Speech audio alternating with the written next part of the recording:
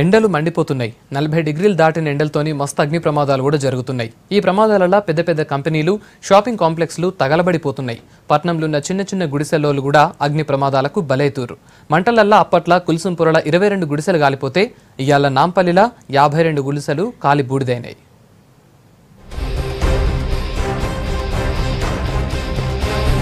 ఎండాకాలం మొదలైన కాడి సంది మస్తు అగ్ని ప్రమాదాలైతన్నాయి. కరెంటుతోని షాక్ సర్క్యూట్ అయి షాపులల్లా ప్రమాదాలు జరుగుతూ ఉంటే రోడ్ల మీదున్న చెత్త తగలబెట్టుతోని గుడిసెలు, పూరిండ్లు గాలిపోతాయి.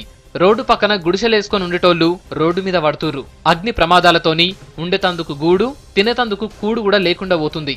ఇట్లనే పోయిన సంవత్సరం మెహదీపట్నం దగ్గరలున్న కుల్సుంపురల మూసి పక్కన చెత్తను తగలబెట్టిర్రు. అప్పట్లా అక్కడున్న పారిశుద్ధ్య కార్మికుల ఇండ్లు 22 కాలి బూడిదైనాయి. ఇసొంటిదే నాంపల్లిలో ఇంకోటి జరిగింది.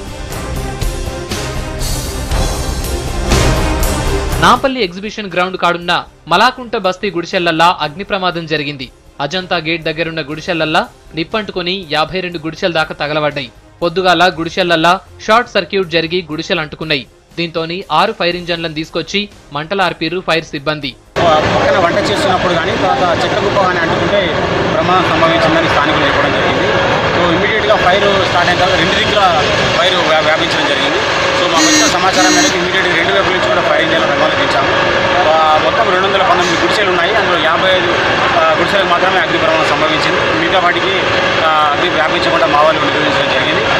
ఫైర్ ఇంజన్లు సకాలంలో ఇన్ఫర్మేషన్ ఇవ్వకుండా సకాలంలో చేరుకోవడంతో కూడా తొందరగా మిగతా గుడిసెలు కాపాడబడిందని మేము భావిస్తున్నాం. అయితే ప్రాణ నష్టం ఎలాంటివి జరగలేదు అదృష్టవశాత్తు.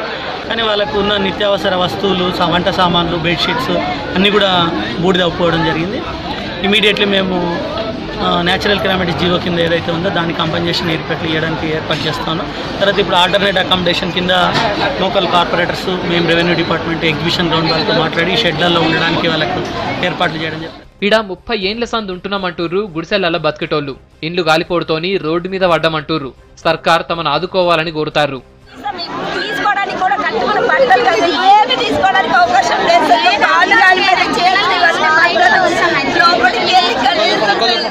ఉండడానికి నీడ కాదు, కనీసం ఎక్కడ మాకు దారి లేదండి. ఉండడానికి ఏమీ లేవండి. మేము బతుకు ప్రాణాలు బతికించుకున్నామండి.